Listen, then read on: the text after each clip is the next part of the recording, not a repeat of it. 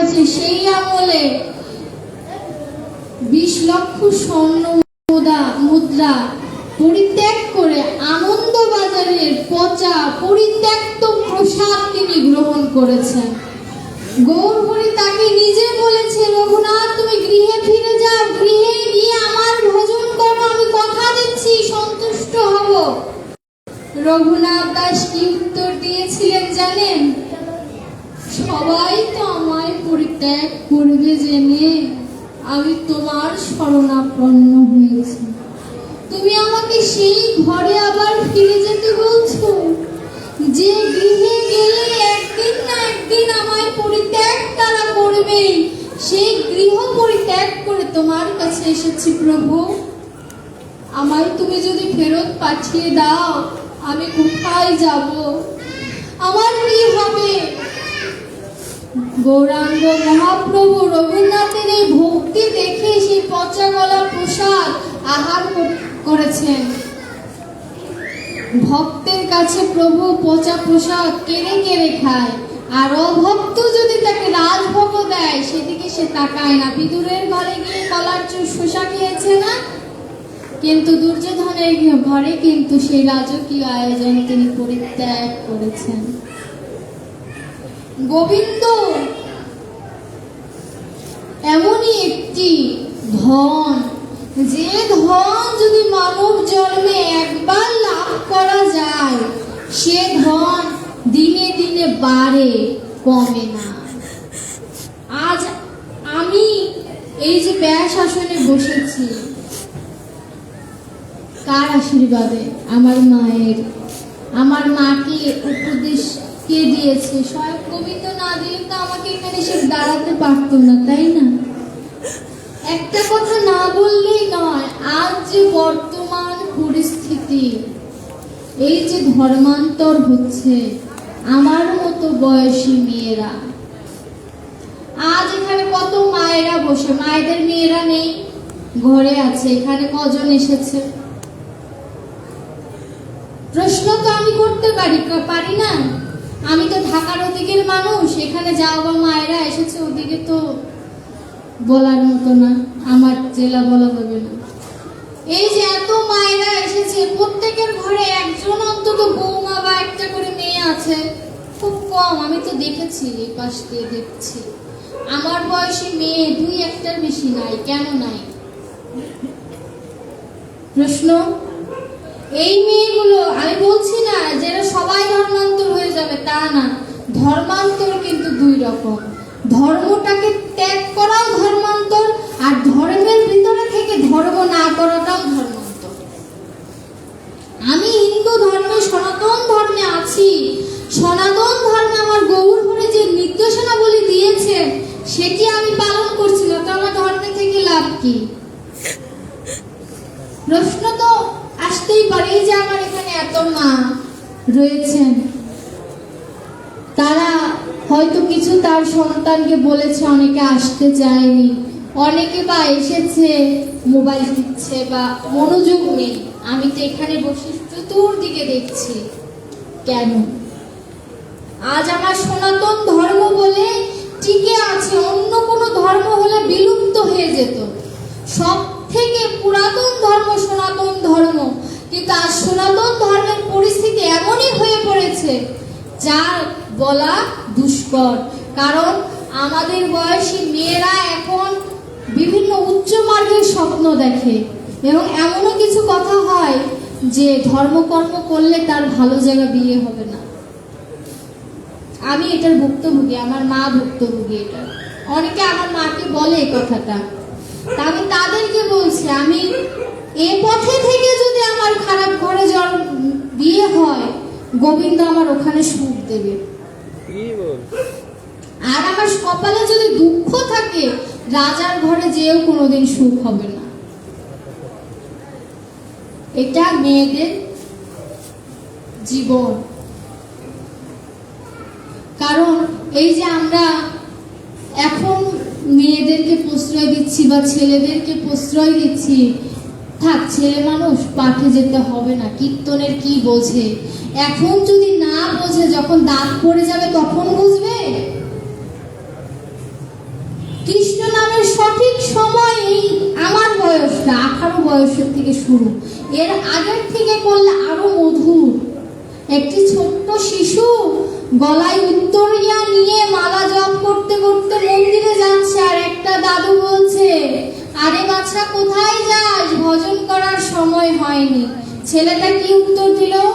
দাদু, সূর্য ডুবু ডুবু। সূর্য ডুবু ডুবু কি বললো? দাদু চিন্তা করছে, কি বললো ছেলেটা আমার?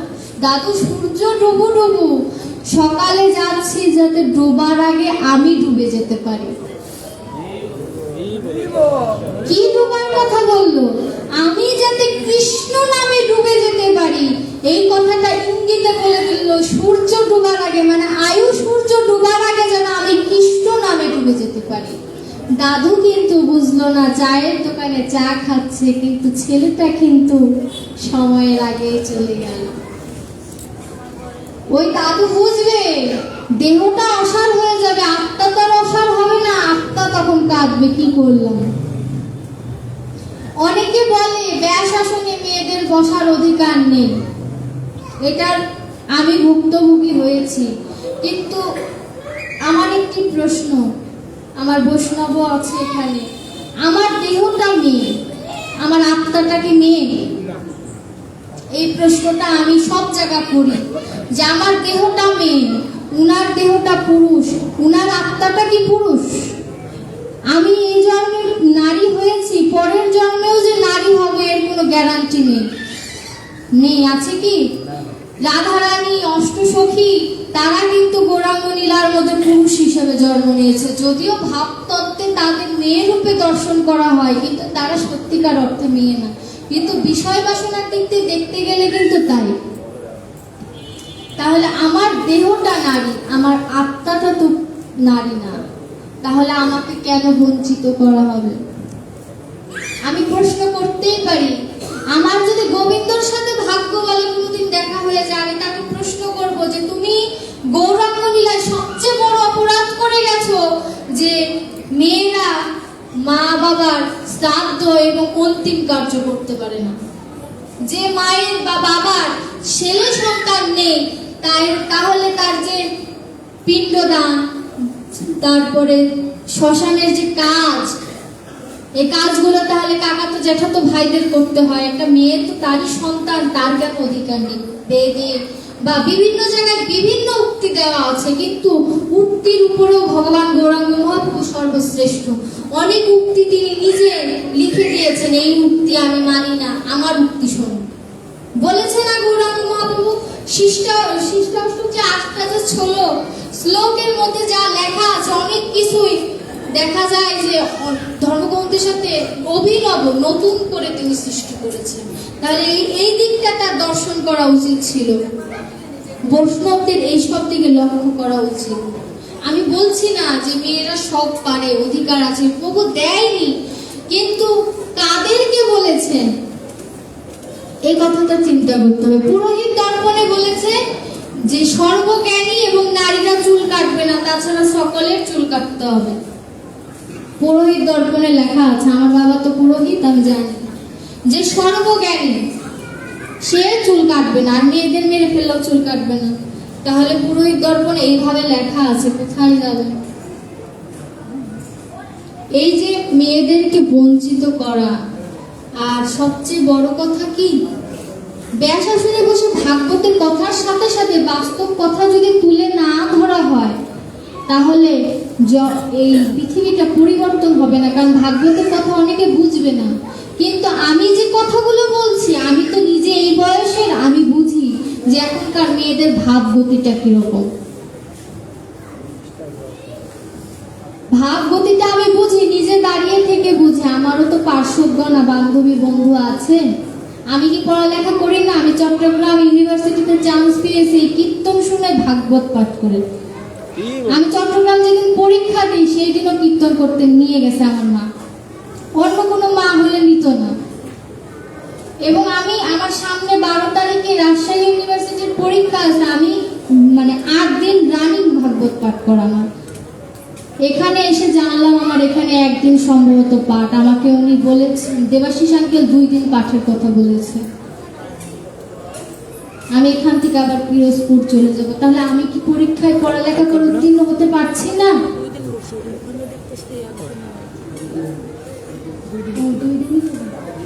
ওইটা 2 দিন ব্যানারে হয়তো ভুল আছে, যাই হোক আমি জানি না, যাই হোক আমার ভুল, আমি ব্যানারে দেখেছি তো তাই। যাই হোক, এই যে আমি 7-8 দিন রানিং যাচ্ছি, আমার কি পড়ালেখা হচ্ছে না? আমার পেছনে কিন্তু আমার মা অর্থের দিক দিয়ে, অন্যান্য মা বাবারা যে পরিমাণে পরিশ্রম করে, আমার মা মানসিকভাবে আমাকে সেই সাপোর্টটা করেছে, তুমি পারবে। টাকার সাপোর্টের থেকেও যে বড় সাপোর্ট, তুমি পারবে, সেই কথাটা আমাকে বলেছে। আমি কি পারিনি? চেষ্টা করেছি, বাকিটা গোবিন্দ ভরসা। সুতরাং মেয়ে বা ছেলে, জজ ব্যারিস্টার যাই হোক, অন্তত হাতে গীতাটা তুলে দিয়ে বলুন যে গীতাটাকে জীবন আদর্শ করো। গীতা যদি জীবন আদর্শ করতে না পারো, কোনোদিন সার্থকতা আসবে না।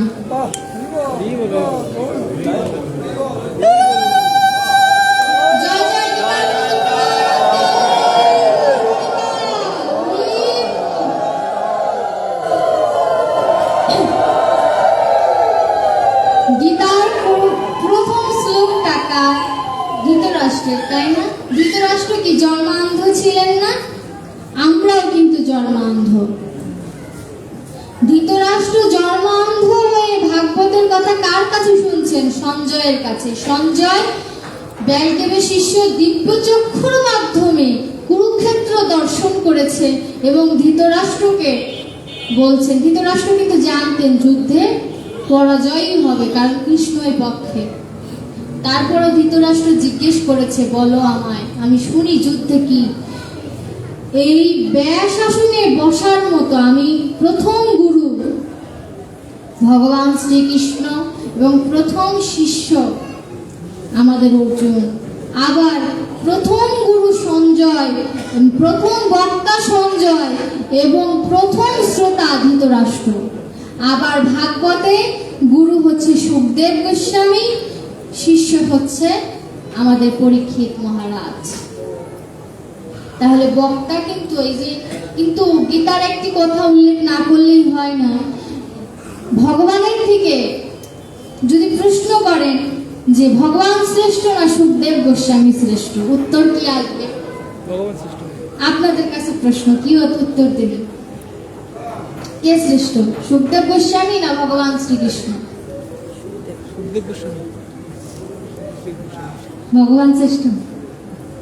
ভগবান শ্রেষ্ঠ হলে ভগবান যে বলছে ভক্ত শ্রেষ্ঠ।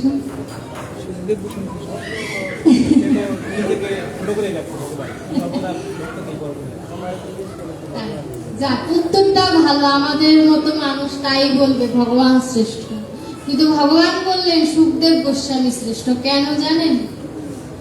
ভগবান যখন গীতায় অর্জুনকে উপদেশ দিয়েছেন, এখানে একটি জীব শিক্ষা দিয়েছে। গীতার কোথাও কিন্তু ভগবানের নিজের গুণের কথা নাই, আমি এই আমি ওই। আত্মপ্রতিষ্ঠা শূকরের পৃষ্ঠা। নিজের আত্মপ্রতিষ্ঠা যদি তুমি করো, তুমি শূকরের পৃষ্ঠার সমতুল্য। আমি এই ওই, এটা বলার জন্য মানুষ জন্ম দিয়েছে ভগবান। আমি যদি ভক্ত হই, আপনি বলবেন আমি ভক্ত, তা আমার বলার অধিকার নাই যে আমি ভক্ত। আমি যদি বৈষ্ণব হই বা আপনি যদি বৈষ্ণব হন, আপনি বলবেন এটা চলবে না, আমি বলবো আপনি বৈষ্ণব। যদি নিজে বলেন আমি বৈষ্ণব, তাহলে অপরাধ হয়ে গেল। এটা হচ্ছে বৈষ্ণবের একটি নম্রতার গুণ। কেন বললেন? এই যে ভগবান নিজে কিন্তু বলতেই পারতেন গীতায়, বিশ্বরূপ দর্শন যখন করালেন, অর্জুন বলছে ভয়ভীত হয়ে যাচ্ছে আকার অন্ত কিছু না পেয়ে, তখন কিন্তু ভগবান বলতে পারতেন, অনেক কিছু বলতে পারতেন বিশ্বরূপ দর্শনে, বলেননি। যে কথাগুলো বলেছেন সেগুলো ইঙ্গিতে বলে গেছেন, সরাসরি কথা বলেননি। আর ভাগবত ভক্ত লিখেছে, প্রেম ভাবে দর্শন করে ভগবান কি রকম, ভগবান কি লীলা করেছেন সেটি ভাগবতে বিশ্লেষণ করা। এর জন্য বলেছে ভগবান অপেক্ষা ভক্ত শ্রেষ্ঠ, কারণ ভক্ত যা লিখেছে তা ভগবানের নীলা কথা, আর ভগবান যা বলেছে জীবের উদ্দেশ্যে আদর্শ কথা। নীলা কথা, আদর্শ কথার থেকে নীলা কথা শ্রেষ্ঠ। এই কারণে আমি যদি গীতাকে ভাগবতে সরাসরি প্রবেশ করার কারোর অধিকার নেই। ভাগবতকে ভাগবত চক্রবর্তী বলা হয়। আমার পদবী চক্রবর্তী সেই চক্রবর্তী কিন্তু না। ভাগবত চক্রবর্তী মানে কি, সকল শাস্ত্র মধ্যে যে শ্রেষ্ঠ, যে মহারাজ, তাকে চক্রবর্তী বলা হয়। গীতা যখন আমার জীবন আদর্শ হবে তখন আমি ভাগবতে প্রবেশ করার অধিকার রাখব। বৈষ্ণব পদকর্তা ভাগবতকে এত ঊর্ধ্বে রেখেছে। যখন আমার মধ্যে বিনয়ী ভাব আসবে, অর্জুন যখন বলল যে আমার কি করা উচিত, ভগবান বলেছে না তুমি কর্মফলের আশা করো না। কর্মফলের আশা যখন আমি করবো না তখন আমার ভিতরে ভক্তি তৈরি হবে, আর ভক্তি যদি তৈরি হয় তাহলে তো ভাগবত আস্বাদন করার যোগ্যতা।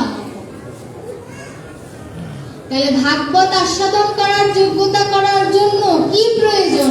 গীতা প্রয়োজন।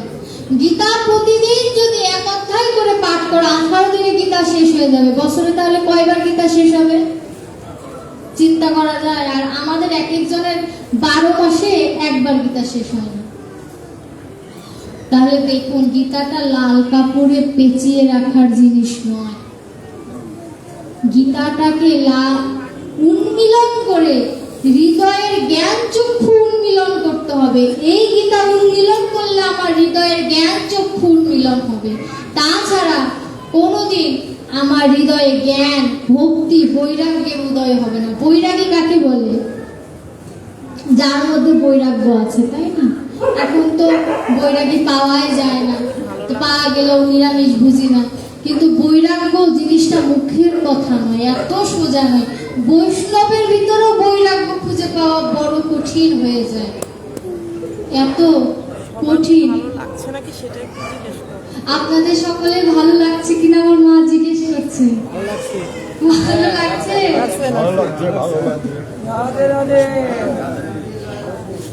যাক, রাধে রাধে যেহেতু বলছে, রাধে রাধে বলে তো আনন্দের। তো একটু মায়েরা উলুধ্বনি দিয়ে বাবারা একটু বলুন রাধে রাধে।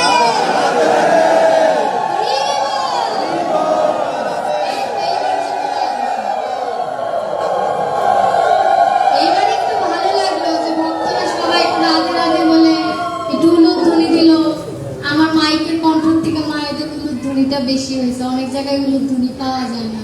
কিন্তু একটা কথা বলি, উলুধ্বনি এলোধ্বনি, উলুধ্বনির মধ্যে রাধারানী আছে। আর যারা উলুধ্বনি দেয় না তারা কিন্তু পরের জন্মে কি হয় জানেন? একটা প্রাণী আছে যার জিহ্বা নাই, কুমির, সেই কুলে তাদের জন্ম হয়। সুতরাং জিহ্বা যদি থাকে তাহলে যখন বাবারা ধ্বনি দেবে, মায়েরা তখন উলুধ্বনি দেবে। উলুধ্বনি দিলে রাধারানীকে আহ্বান করা হয়, 64 মহন্তকে আহ্বান করা হয়, পঞ্চতত্ত্বকে আহ্বান করা হয়। এই উলুধ্বনির এত মহিমা। আর রাধারানীর তো কোনো তুলনাই নেই। রাধে রাধে বললেই বৃন্দাবনের একটা নতুন একটা প্রাণ ফিরে আসে ভিতরে।